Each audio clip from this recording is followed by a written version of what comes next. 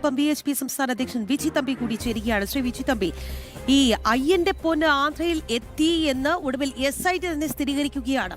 പക്ഷേ ഈ അതായത് സ്മാർട്ട് ക്രിയേഷൻസിന്റെ തട്ടിപ്പിന്റെ വ്യാപ്തി ആന്ധ്രയിലെ ക്ഷേത്രങ്ങളിലും എത്തി എന്നുള്ളത് വേണം മനസ്സിലാക്കാൻ. അതോടൊപ്പം തന്നെ SITക്കുമുണ്ട് ചില പരിമിതികൾ.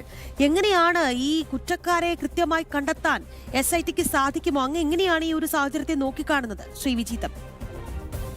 സത്യം പറഞ്ഞാൽ ഈ അയ്യപ്പ സംഗമം, ആഗോള തട്ടിപ്പ് സംഗമം നടത്തിയപ്പോഴാണ് ഇത് പുറത്തു വരാൻ തുടങ്ങിയത്.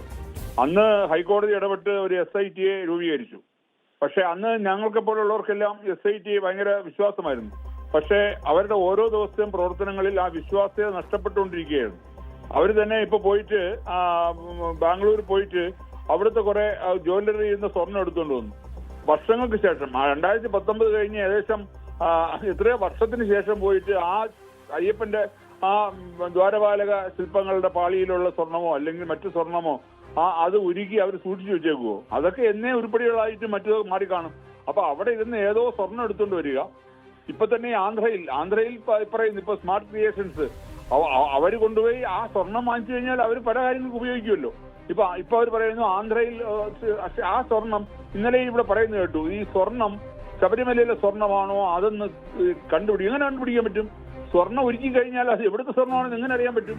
അപ്പൊ ചുമ്മാ ആൾക്കാരെ കണ്ണിൽ മണ്ണിടാനുള്ള പണിയാണ് ഈ SIT കാണിച്ചുകൊണ്ടിരിക്കുന്നത്. വിശ്വന്ത് പരിഷത്ത് ആദ്യം തൊട്ട് പറയുന്നു SIT അന്വേഷിച്ചാൽ പറ്റില്ല. കാരണം അന്ന് പിണറായി വിജയന്റെ കീഴിലുള്ള പോലീസുകാരൻ അന്വേഷിച്ചുകൊണ്ടിരുന്നത്. അപ്പൊ തന്നെ ഞങ്ങൾ പറഞ്ഞു, കാരണം ഇത് ഒരു കേന്ദ്ര ഏജൻസി, CBI പോലെയുള്ള കേന്ദ്ര ഏജൻസി അന്വേഷിക്കണം. പക്ഷെ അതിന് ഹൈക്കോടതി അത് നിഷ്കരണം തള്ളുകയാണ് ചെയ്തത്. അപ്പൊ അവിടെ നമുക്ക് സംശയിക്കേണ്ടിയിരിക്കുന്നു. കാരണം ഇപ്പോഴും തന്നെ ഇത്രയും പ്രശ്നങ്ങളുണ്ടായിട്ട് ഇപ്പോഴും ഞാൻ ചോദിക്കട്ടെ, SIT എത്ര സ്വർണമാണ് ശബരിമലയിൽ നഷ്ടപ്പെട്ടിട്ടുള്ളതെന്ന് ഇതുവരെ വ്യക്തമാക്കിയിട്ടില്ല.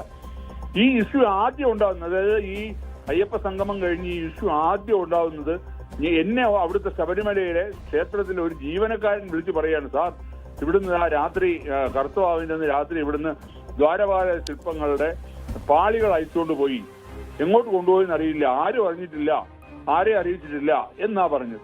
അപ്പൊ തന്നെ ഞാൻ അന്നത്തെ പ്രസിഡന്റ് ആയിരുന്ന ശ്രീ പ്രശാന്തിനെ വിളിച്ചു. പ്രശാന്ത് പറഞ്ഞത് എല്ലാവരും അറിഞ്ഞിട്ടാണ്. ഇത് ദേവസ്വത്തിന്റെ വിജിലൻസ് ഓഫീസർ ഉണ്ടായിരുന്നു, ദേവസ്വത്തിന്റെ മറ്റേ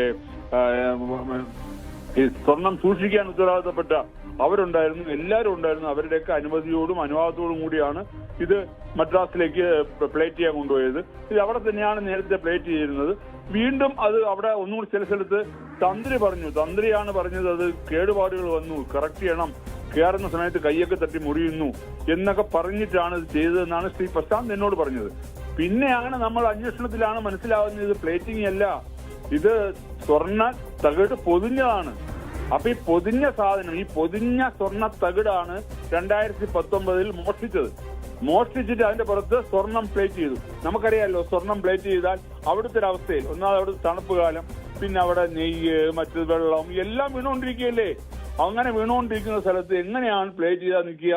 അതുകൊണ്ടാണ്. അപ്പൊ അത് മറച്ചു വെക്കാൻ വേണ്ടിയാണ്. സ്വർണ്ണ പാളിയല്ല, പ്ലേറ്റിംഗ് അല്ല, പാളിയാണെന്ന് കാണിക്കാനാണ് അല്പം നിറം മങ്ങുമ്പോൾ ഉടൻ വീണ്ടും പ്ലേറ്റ് ചെയ്യുന്നത്. അപ്പൊ ഇത് ആൾക്കാരെ കണ്ണി പൊടിയിട്ടുകൊണ്ടിരിക്കുകയായിരുന്നു 2019 തൊട്ട്.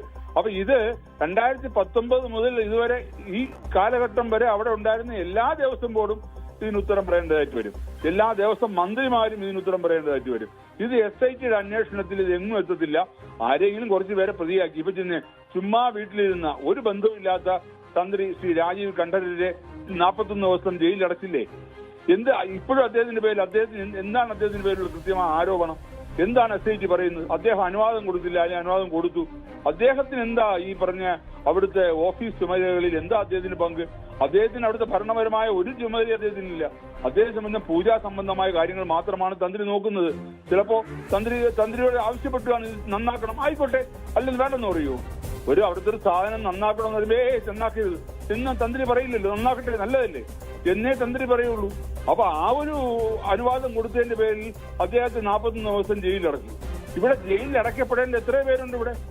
ഇത് എവിടേക്കൊക്കെ പോയിട്ടുണ്ട്? ഈ സ്വർണം എങ്ങോട്ട് പോയി? ഈ സ്വർണം ആരിലേക്ക് എത്തി? അല്ലെങ്കിൽ സ്വർണം വിറ്റ പൈസ ആരെടുത്തു? ഇതുവരെ SIT പറഞ്ഞിട്ടുണ്ടോ? അപ്പൊ ഇത് കേന്ദ്ര ഏജൻസിയുടെ ശക്തമായ അന്വേഷണത്തിൽ തെളിയിക്കപ്പെട്ടേ പറ്റുള്ളൂ. ഇത് CBI മാത്രമല്ല, EDയുടെ അന്വേഷണം വരണം. കാരണം ഇതിനകത്ത് കള്ളപ്പണമുണ്ട്. കള്ളപ്പണം ഇതിനകത്ത് ഇൻവോൾവ് ആണ്. അപ്പൊ EDയും CBIയും അന്വേഷിച്ചാൽ മാത്രമേ ഇത് തെളിയൂ എന്ന് വിശ്വഹിന്ദു പരിഷത്ത് ആദ്യം തൊട്ട് പറയുന്നു. ഇപ്പോഴും ഞങ്ങൾ അതിൽ ഉറച്ചു നിൽക്കുന്നു. ബഹുമാനപ്പെട്ട ഹൈക്കോടതി ദയവ് ചെയ്ത് ഇത് CBI അന്വേഷണത്തിന് വിടണമെന്നാണ് ഞങ്ങളുടെ അഭ്യർത്ഥന.